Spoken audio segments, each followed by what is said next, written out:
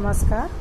आज हम बीए तृतीय वर्ष के छठे सेमेस्टर में संकलित हजारी प्रसाद द्विवेदी द्वारा निबंध देवदारू का सार अपने शब्दों में करेंगे। देवदारू आचार्य हजारी प्रसाद द्विवेदी का एक उल्लेखनीय निबंध है। यह द्विवेदी जी के निबंध संग्रह कुटज में संकलित है। इस निबंध में लेखक ने देवदारू वृक्ष की महिमा का परिचय दिया है। जो देवदारू जो वृक्ष है, ये देवदारू जो नाम है और इसका अस्तित्व है, वो कालिदास और महाभारत से भी प्राचीनतर है। देवदारू महावृक्ष होते हुए भी पर्वतीय पर्यावरण का महान संरक्षक है और देवदारू एक हजारी प्रसाद द्विवेदी का ललित निबंध है।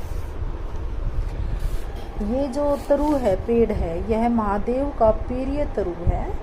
यही कारण है कि इसे देवदारू, देवतरु या देव वृक्ष कहते हैं। इस वृक्ष का नाम और अस्तित्व बहुत ही प्राचीन है। ललित निबंधकार द्विवेदी जी ने मुक्त हृदय से इस तरु की प्रशंसा की है और यह संदेश देने का प्रयास किया है कि यह एक सिद्धांतवादी वृक्ष है। यह द्विवेदी जी का निबंध जिसमें लेखक ने मानव को देवदारू वृक्ष के समान अटल रहने की प्रेरणा दी है। लेखक चाहता है कि उसे स्वयं को समाज से जोड़कर चलना चाहिए और अपने विवेक द्वारा अंधविश्वास पर विजय प्राप्त कर लेनी चाहिए। व्यक्ति को हमेशा उसके व्यक्तित्व से पहचानना चाहिए, न कि उसकी जाति से। प्रस्तुत निबंध है, उसका सार करते हैं हम। वो इस प्रकार है कि लेखक स्वीकार करता है कि देवदारू वृक्ष कालिदास और महाभारत से भी पुराना है। यह निरंतर ऊपर आकाश की ओर उठता चला जाता है। इसकी शाखाएं इस मृत्यु लोक को अभयदान देने के लिए फैलती चली जाती हैं। मानो यह संदेश देती हैं कि मेरे होते हुए तुम्हें किसी से डरने की आवश्यकता नहीं है। इसीलिए इसकी जड़ें अधिक गहरी होती हैं। यह वृक्ष हमेशा देवताओं का प्रिय रहा है। यही कारण है कि समाधि लगाने के लिए महादेव ने देवदारू वेदिका को प्रसन्न किया था। कालिदास ने स्वीकार किया है, महादेव ने प्रयोजन से भी आगे बढ़कर समाधि के लिए यह वेदिका बनाई थी।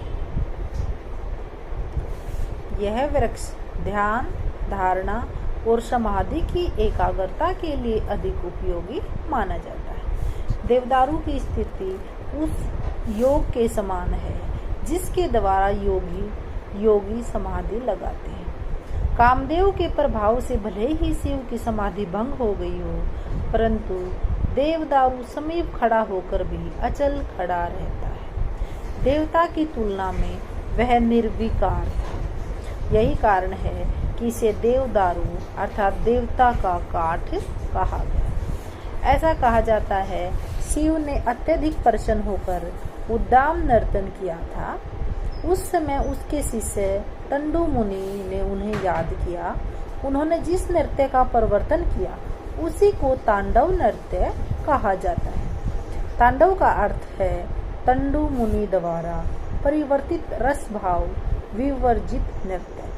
रस का भी अर्थ होता है और भाव का भी अर्थ है, परंतु तांडव ऐसा नाच है जिसमें कोई रस भाव नहीं होता। नाचने वालों का भी कोई उद्देश्य नहीं होता। महादेव ने भी बिना उद्देश्य के आनंदित होकर तांडव नृत्य किया था।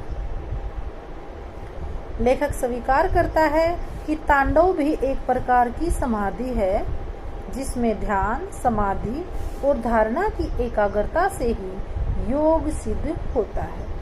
देवदारू भी उसी उल्लास को सूचित करता है जिस उल्लास के कारण महादेव ने नृत्य किया था। उसे देवतरु कहना अधिक उचित है। देव होकर भी वह छंद है और तरु होकर भी वह अर्थ है।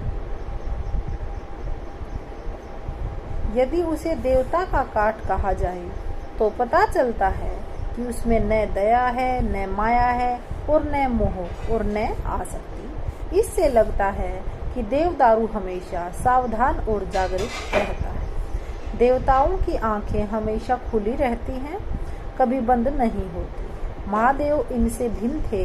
जहाँ इनकी आंखें झुकनी चाहिए वहाँ उनकी आंखें झुक जाती थी। जहाँ टकटकी लगानी चाहिए वहाँ वे टकटकी लगाए रहते थे। पार्वती के सौंदर्य को देखने के लिए उनकी टकटकी बंधी रही।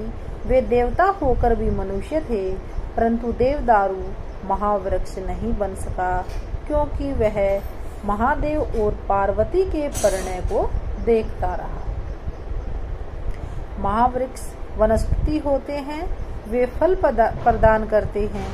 देवदारू वनस्पति अथवा महावृक्ष की मर्यादा से चूक गया। यही कारण है कि वह देवता भी है और तरु भी है। जहाँ बैठकर लेखक लिख रहा है वहाँ ऊपर से नीचे तक पर्वत पर देवदारू वृक्षों की सोपान परंपरा सी दिखाई दे रही है। यह बड़ी ही मोहक शोभा है। लेखक को लगता है यदि ऊपर वाले देवदारू वृक्ष की फुनगों पर से लुढ़का दिया जाए तो फुनगियों पर ही लौटता हुआ हजारों फीट नीचे तक आ सकता है, किंतु ऐसा लगता है वास्तव में ऐसा नहीं है। यह लगना भी अजीब है। जिसका लगना सबको लगे वह कवि कहलाता है। जिसका लगना सिर्फ उसे ही लगे औरों को नहीं, वह पगला कहलाता है।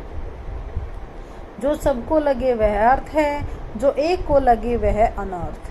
प्रत्येक व्यक्ति के मन में कुछ न कुछ लगा ही रहता है, परंतु प्रत्येक व्यक्ति का लगना अलग है। अलग शब्द ए प्लस लग से बना है, अर्थात जो लगे, लगता है पर नहीं लगता। देवदारू का चमत्कारिक महत्व भी है। लेखक ने अपने गांव के एक महान भूत भगवान ओझा को देवदारू की लकड़ी से भूत भगाते देखा था। इसी ओझा ने लेखक को चमत्कारिक कहानी भी सुनाई थी। एक बार पंडित जी घोर अंधकार में एवं भयंकर सुनसान बगीचे से गुजर रहे थे। सामने से भूत क्रिया को देखकर उन्होंने भूत को ललकार दिया। मुंडकट्टा भूत घोड़े पर उपस्थित हो गया। पंडित जी ने जूता उतारा और मुंह से गायत्री मंत्र का उच्चारण करते हुए देवदारू की लकड़ी से भूत पर पील पड़े। देवदारू की भयंकर मार से पराजित होकर भूत माफी मांगने लगा। भूत कहने लगा कि अब की बार छोड़ दो पंडित जी, पहचान नहीं सका था, अब फिर यह गलती नहीं होगी।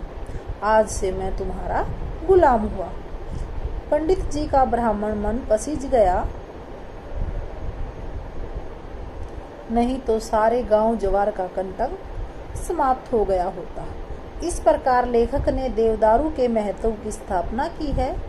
लेखक का विचार है कि देवदारू मन की भ्रांति को दूर करने वाला वृक्ष है। उसे देखकर मन में श्रद्धा उत्पन्न हो जाती है। वह भूत भगवान है, वह मिटावन है और भ्रांति नसावन है। देवदारू देवता के दुलारे हैं और महादेव के प्यारे हैं। लेखक ने देवदारू की भिन्न भिन्न किस्मों का वर्णन किया है। लेखक ने कुछ किस्मों के नाम भी गिनवाए हैं, जैसे खुसट, पाधा, सूम, सनकी, झिंझोटा, जबरेला, चपरगेंगा, गदरोना, झक्की, झुमरैना, धोकरा, नटकठा, चुनमुन, बाकुरा, चौरंगी तथा खिटखिटा आदि। प्रत्येक देवदारू का अपना आकर्षण और व्यक्तित्व होता है।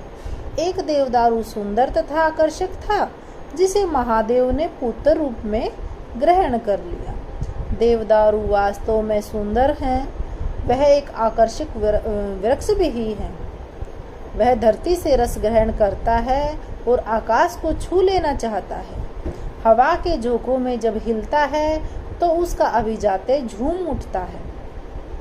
उसके झूमने में भी एक मस्ती दिखाई देती है।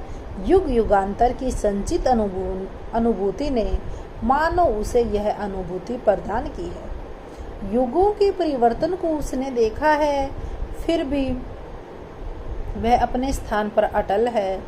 अन्य वृक्षों ने समय के साथ समझौता कर लिया और पर्वत को छोड़कर मैदान में जाकर बसे हैं, वे वहाँ खूब फल फूल रहे हैं। लेकिन देवदारू पर्वत से नीचे नहीं उतरा, समझौते के रास्ते पर नहीं गया और न ही उसने अपनी खानदानी चाल छोड़ी। झूमता हुआ वह ऐसा मुस्कुराता है मानो कह रहा हो कि मैं समझ सकता हूँ। देवदारू समय के उतार चढ़ाव का निर्मम साथी है, ऐसा साथी मिलना दुर्लभ है। अतः लेखक के अनुसार देवदारू मानव जाति को गुणवत्ता का संदेश देता है। धन्यवाद।